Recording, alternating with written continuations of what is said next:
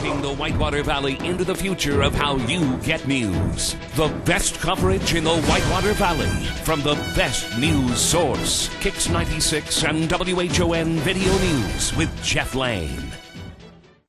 How many lives are saved thanks to our digital mammography, detecting breast cancer in its earliest and most treatable stages?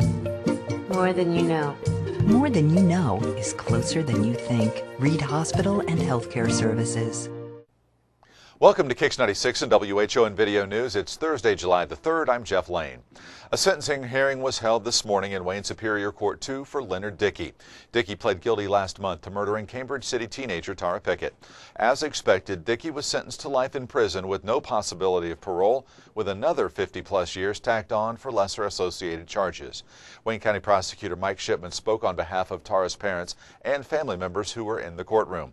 Shipman said that a request by the parents for life with no parole was not a merciful act. Rather, they believe it's harsher than anything else.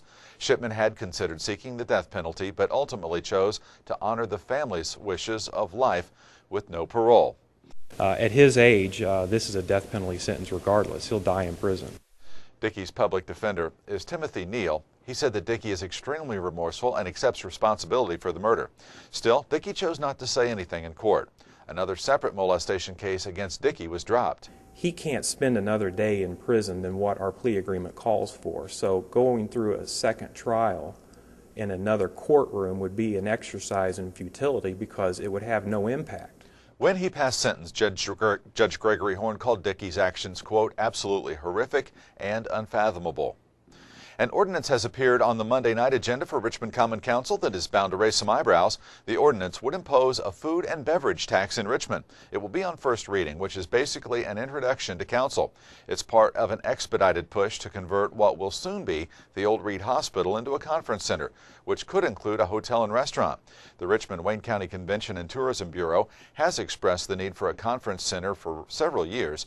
Reed is getting set to move north to its new facility on Chester Boulevard in just a couple of months.